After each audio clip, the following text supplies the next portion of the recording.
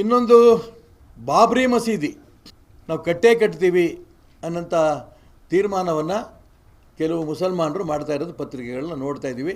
ಅದರದ್ದು ಗುದ್ಲಿ ಪೂಜೆಯನ್ನು ಕೂಡ ಮಾಡಿದ್ದೆಲ್ಲ ನಾವು ಪತ್ರಿಕೆ ಟಿ ವಿಗಳಲ್ಲಿ ನೋಡಿದ್ವಿ.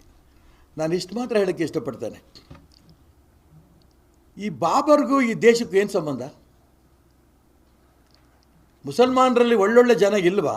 ಸೂರ್ಯಘರ್ ಮುಫ್ತ್ ಬಿಜ್ಲಿ ಯೋಜನೆಯಡಿಯಲ್ಲಿ ಸಾಂಪ್ರದಾಯಿಕ ವಿದ್ಯುತ್ ಮೇಲೆ ಅವಲಂಬನೆಯನ್ನು ಕಡಿಮೆ ಮಾಡಲು ಮನೆಗಳ ಮೇಲ್ಛಾವಣಿಯಲ್ಲಿ ಸೌರ ವ್ಯವಸ್ಥೆಯನ್ನು ಸ್ಥಾಪಿಸಲು ಅವಕಾಶ ನೀಡಲಾಗಿದ್ದು, ಸೌರ ಫಲಕವನ್ನು ಸ್ಥಾಪಿಸಲು ಮನೆ ಮಾಲೀಕರಿಗೆ ಬ್ಯಾಂಕ್ಗಳಿಂದ ಸಾಲ ಸೌಲಭ್ಯದ ಜೊತೆಗೆ ಸಹಾಯಧನವನ್ನು ನೀಡಲಾಗುತ್ತದೆ.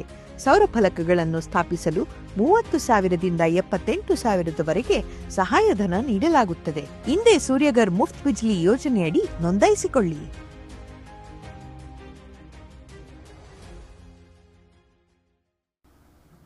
ಈ ದೇಶಕ್ಕೋಸ್ಕರ ಪ್ರಾಣ ಕೊಟ್ಟಂಥ ವ್ಯಕ್ತಿಗಳಿಲ್ವಾ?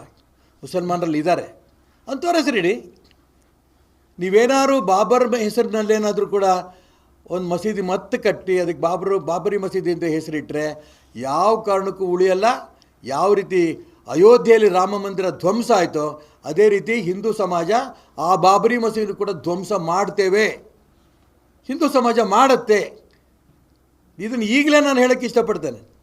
ಹಿಂದೆ ಯಾವುದೋ ಕಾಲದಲ್ಲಿ ಆ ಮುಸಲ್ಮಾನರು ಗೂಂಡಾಗಿರಿಯಿಂದ ಹಿಂದೂ ಸಮಾಜ ಸೌಮ್ಯವಾಗಿದ್ದಂಥ ಸಂದರ್ಭದಲ್ಲಿ ದುರುಪಯೋಗ ಮಾಡಿಕೊಂಡು ಅಯೋಧ್ಯೆಯಲ್ಲಿದ್ದಂಥ ಆ ರಾಮ ಮಂದಿರವನ್ನು ಕೆಡವಿ ಅಲ್ಲಿ ಬಾಬರಿ ಮಸೀದಿ ಅಂತ ಅನ್ನೋಂಥ ಹೆಸರು ಕಟ್ಟಿದ್ರು. ಬಾಬರ್ಗೂ ಈ ದೇಶಕ್ಕೂ ಏನು ಸಂಬಂಧ ಇಲ್ಲ. ನಾನು ಈಗಲೂ ಹೇಳ್ತೇನೆ, ಈ ದೇಶದಲ್ಲಿ ಹಿಂದೂಗಳು ಮುಸಲ್ಮಾನರು ಆನಂದವಾಗಿರಬೇಕು ಅನ್ನೋದಾದರೆ ಯಾವುದಾದ್ರೂ ಮುಸಲ್ಮಾನ್ ಸ್ವಾತಂತ್ರ್ಯಕ್ಕೋಸ್ಕರ ಹೋರಾಟ ಮಾಡಿದವರು ಪ್ರಮುಖರಿದ್ದರೆ ಅವ್ರ ಹೆಸರಿಡಿ. ಬಾಬರಿ ಮಸೀದಿ ಅಂತ ಇಟ್ಟರೆ ಖಂಡಿತ ಹಿಂದೂ ಸಮಾಜ ಸುಮ್ಮನಿರಲ್ಲ, ಅದನ್ನು ಧ್ವಂಸ ಮಾಡುತ್ತೆ ಅನ್ನೋಂಥ ಎಚ್ಚರಿಕೆಯನ್ನು ಈ ಸಂದರ್ಭದಲ್ಲಿ ನಾನು ಕೊಡೋದಕ್ಕೆ ಇಷ್ಟಪಡ್ತೇನೆ.